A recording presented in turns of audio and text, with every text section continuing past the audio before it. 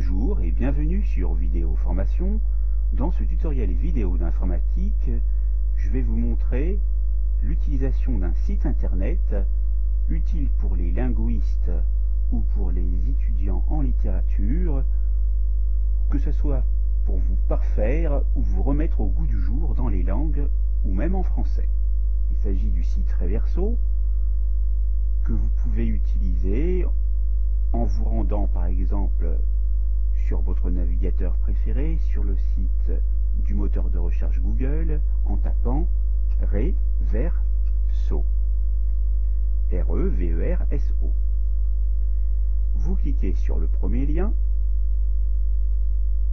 et nous allons voir que ce site, qui est généralement un site de traduction en ligne, est utilisable pour traduire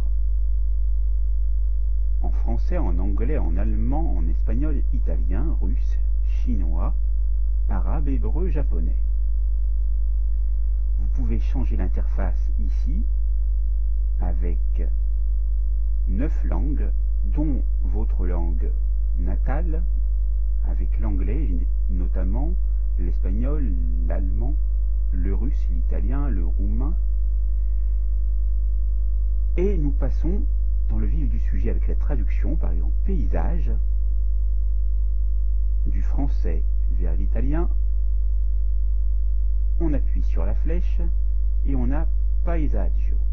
Pardon pour la prononciation.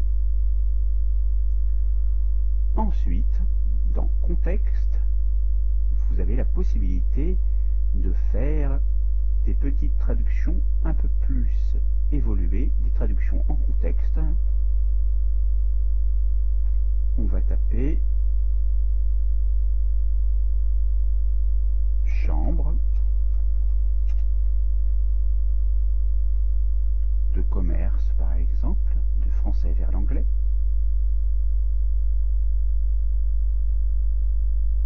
Et vous avez des traductions en contexte avec la langue natale et la langue qui a été choisie.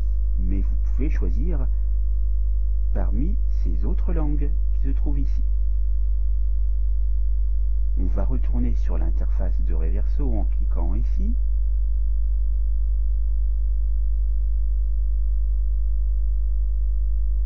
Donc les sélections se font toujours avec le clic gauche de la souris. Nous allons sur Dictionnaire. Et là, nous allons rechercher une définition, donc bien français définition. Et on va taper, par exemple, la définition du mot dictionnaire, justement. Et on appuie avec le bouton gauche dessus. Il s'agit d'un recueil de mots classés par ordre alphabétique. Vous avez d'autres traductions en dessous. Et vous avez des expressions avec le mot dictionnaire. Et vous pouvez même écouter le mot dictionnaire pour écouter donc comment il se prononce. Ici, je ne sais pas si vous pourrez l'entendre. Peut-être que vous l'avez bien entendu parce que le son était très fort. Donc, vous pouvez l'écouter autant de fois que vous le désirez pour vous parfaire au niveau de la prononciation. Toujours dans Dictionnaire, donc je vais retourner sur l'interface. Vous pouvez choisir synonyme. On va mettre le synonyme du mot livre. On clique sur livre. Et là, non seulement vous avez donc la définition,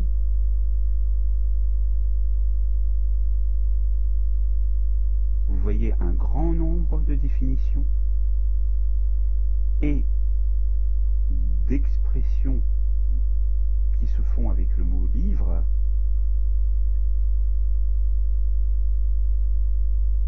Et vous avez donc toujours la possibilité, en remontant tout en haut, non pas en étant dans français définition, mais français synonyme, de voir donc des synonymes comme c'est indiqué ici, comme par exemple bouquin, livret, brochure, syllabaire, roman, et vous avez toujours accès à des expressions avec leurs synonymes. Vous pouvez accéder à des citations, bien sûr, dans la rubrique dictionnaire, avec, par exemple, le mot livre. Vous avez le nom des auteurs, des œuvres, d'où elles proviennent. On va prendre un autre exemple que le mot livre. On va prendre roman et on appuie sur le bouton rechercher avec la loupe. Mais roman, il y a plusieurs sens. Donc, on va prendre romancier. Des citations avec le mot romancier. Il y en a quelques-unes, et vous avez, par exemple, avec romancière, une citation de Chateaubriand. Nous allons retourner donc sur Reverso et passer à la rubrique suivante, la conjugaison, et vous allez pouvoir revoir toutes vos bases. On va voir la conjugaison, du verbe aller en français et conjuguer. Et vous avez tous les temps que vous allez pouvoir minutieusement étudier pour ne plus faire d'erreurs d'orthographe. Vous pouvez donc faire des traductions en français, mais aussi en anglais, en espagnol et en allemand. Et vous voyez les 4 drapeaux ici. En grammaire, vous pouvez aller, par exemple, voir l'orthographe et la typographie en cliquant dans ponctuation.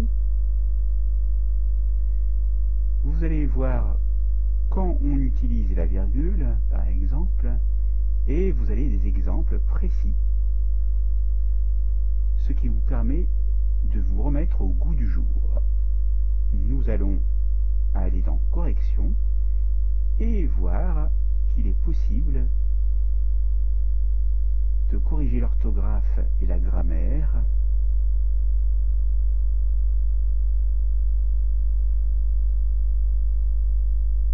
nous écrivez, on va voir si ça marche, c'est tout à fait faux bien sûr,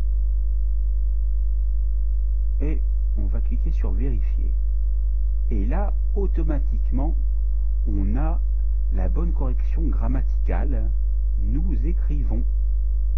Et pour l'orthographe, ça marche tout à fait. On va faire nouveau texte pour rafraîchir et on va taper un mot mal orthographié comme par exemple plomb. Pardon. Il faut cliquer dessus bien sûr pour voir le curseur clignoter. On va cliquer plomb.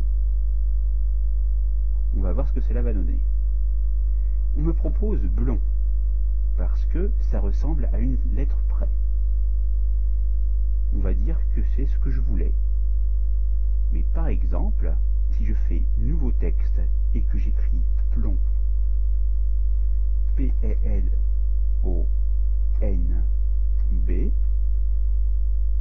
on fait vérifier, et là on me propose plomb qui est bien orthographié. Maintenant, vous savez comment utiliser le site Reverso, aussi bien pour la traduction, que pour le dictionnaire, que pour la conjugaison, que pour la grammaire, que pour la correction, et aussi l'utilisation en contexte, qui est une nouvelle nouvelles fonctionnalités de Reverso. La formation est terminée, c'est à vous.